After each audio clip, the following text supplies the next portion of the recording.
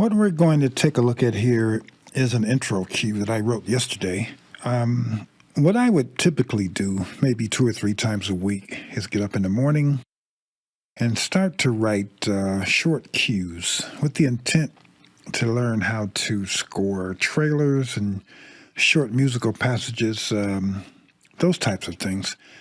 And this is what I came up with yesterday. Let me play it, and then we'll walk through some of the instruments that I used.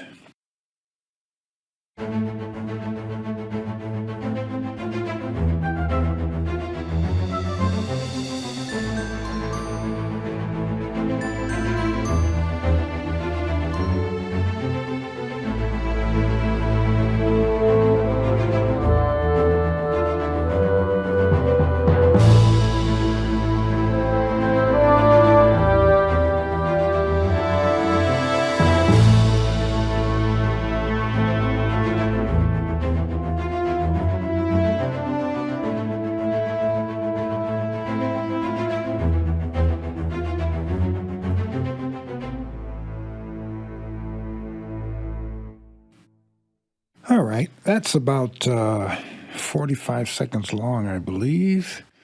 So, looking at what I used here, for the spiccatos, I started with the spiccatos ostinato, and that's always a good way to start for an action cue or an up-tempo cue. And Albion 1 has really good spiccatos, so I started out there.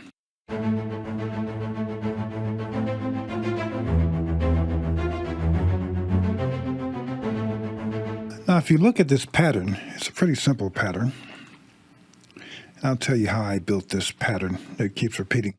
I actually just went in here with 16th triplets, I believe this was at the time.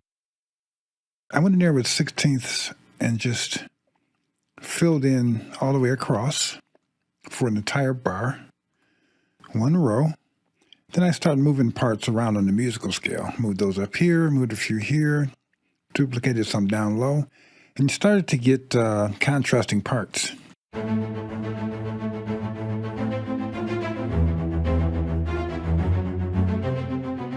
So you can see how easy that is if you just, if you're in here and, for instance, you double click and just hold down Alt, you can fill in all the way across, and you get something that just plays repeatedly, almost like an arpeggiator. But then you can start moving things around on the musical scale, deleting things to certain places to get a pattern. And this pattern came out pretty good. I like the way it came out.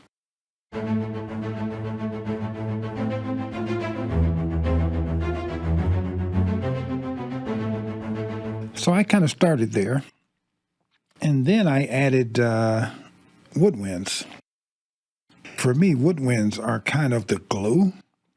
Then glue things together. If you have ostinato strings or spiccato strings or long strings, and you have other orchestral things going on like brass or percussion, the woodwinds to me kind of glues all that together. So I like to start with winds early.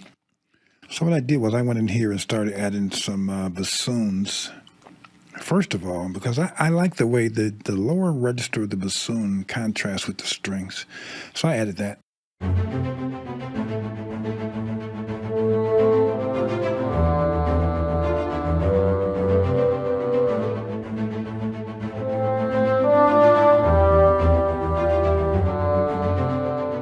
Then I wanted to fill that in with some other winds. So I like my woodwinds. So let's go ahead and just play this. We have flutes and clarinets doing the same thing here. Then we have some clarinets, oboes down here. So let's play that.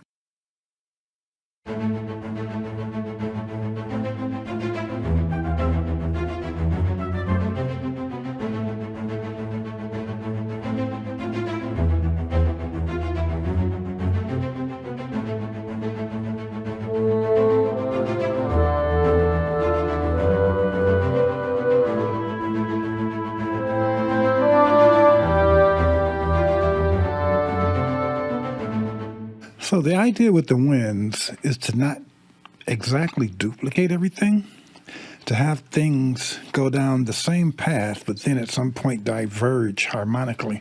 So you'll hear notes go up, one note go up, one note go down. That gives it a little more tension and a little more interest. Makes it a little more interesting.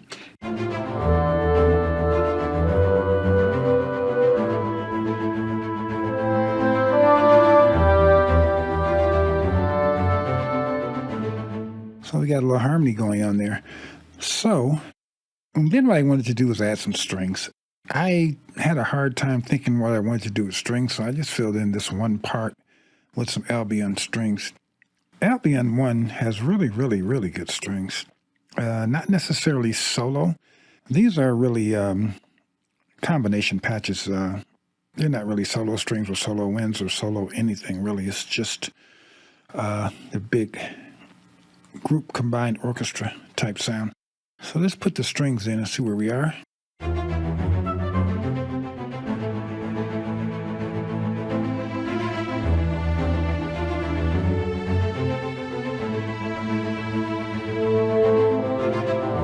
So the way I did this was intentional. I wanted the strings to come in really, really lightly here, kind of build up a little bit here. And you may actually see this in the programming, but maybe not. It's probably more velocity. But anyway, I want the strings to come in lightly, kind of build up here, and then fade out. You see it going out. So let's listen again.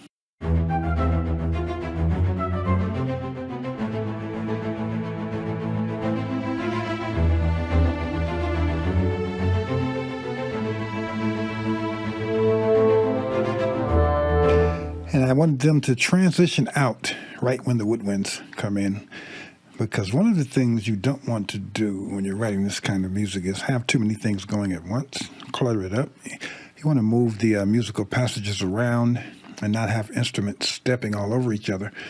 So then I went in and added some mallets, and I just started with basic glockenspiel.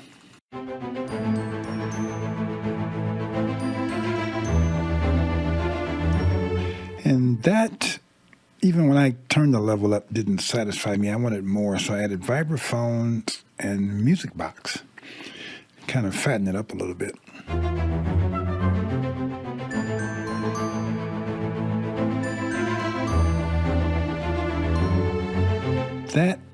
Those three together make for a really, really interesting sound. And I may actually push these three instruments into a multi-instrument and just make that a preset. I like the way those three things sound together.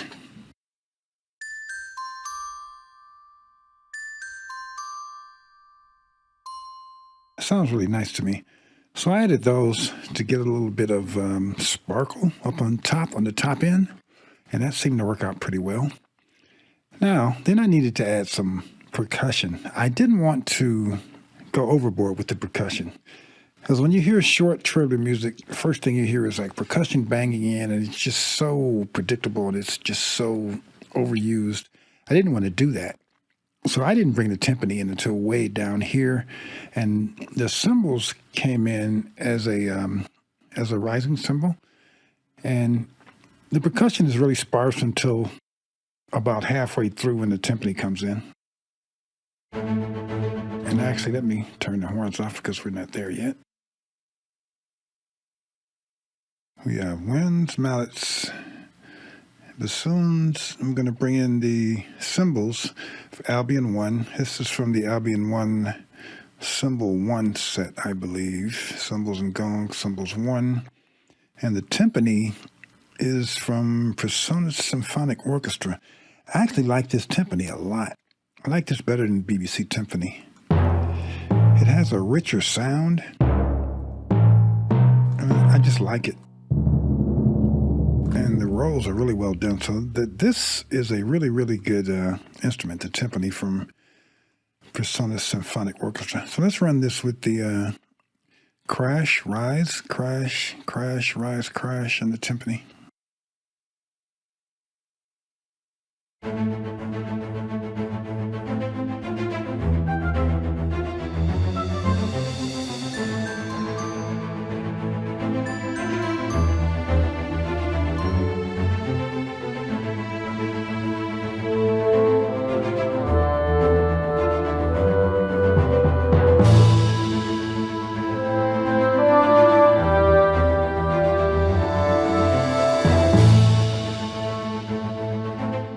So as you can see, the timpani only hits twice, and it has more impact to me because it's not firing a lot.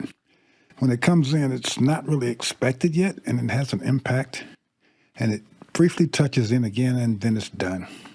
So that works for me because it's sparse.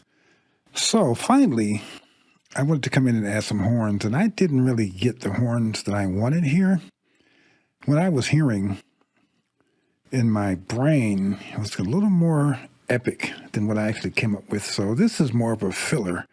I'm still thinking about what horn parts I want to add, but I added some brass from Cinematic Studio Brass, horns, and I added trumpets, Abbey Road 1 trumpets, thematic trumpets. This is a new library I just picked up last week. It was only $29, pretty cheap, and it's a decent sound. So I have a lot of trumpet sounds, but one more wouldn't hurt, so I added that one. So let's play this, and first let's solo this so you can see what they're doing, then I'll play it in context. And this trumpets and horns are pretty much doing the exact same thing here, but then the horns keep going.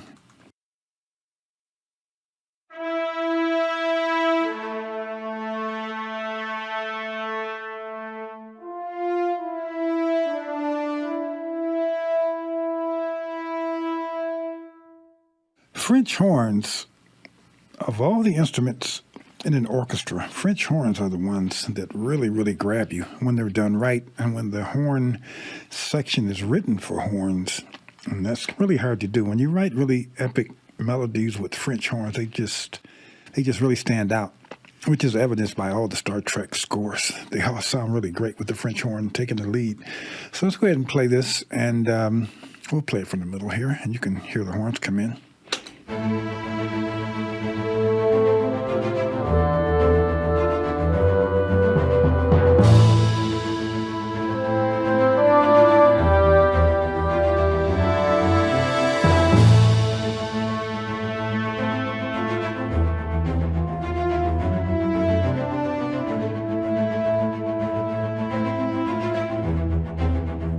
And again, not doing too much, kind of maybe assisting the groove and the melody, but not doing too much, not overdoing it musically was my intent.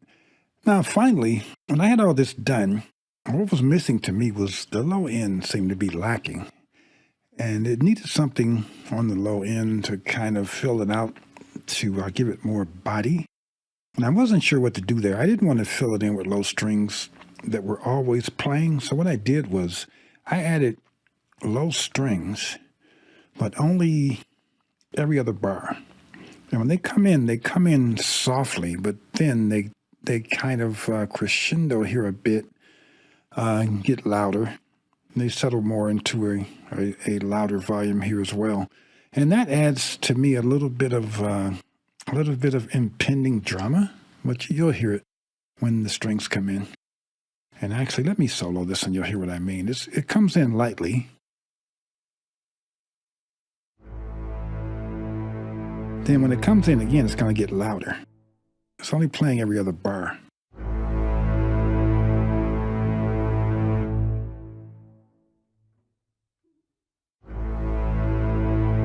So that single low note has a impending drama, impending doom, impending something. It just adds something to the low end. I don't know how to phrase it. Well, let's play it and you'll hear it.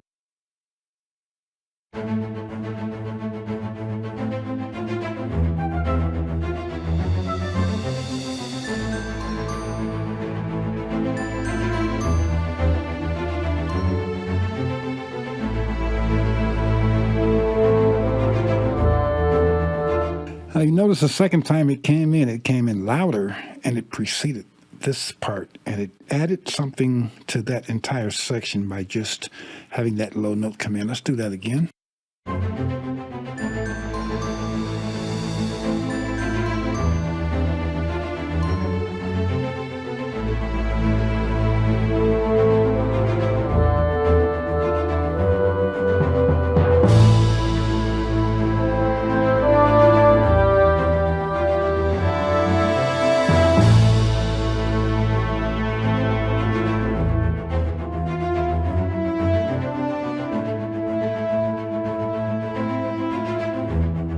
And I may have to change this horn part to legato. That sounds a little bit off. That should be legato, and I don't think it's playing legato.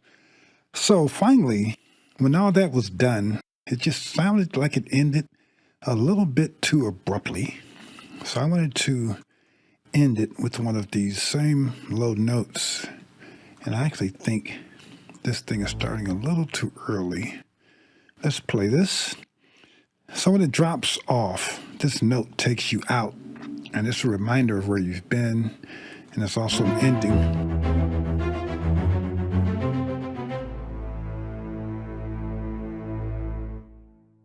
And I like that.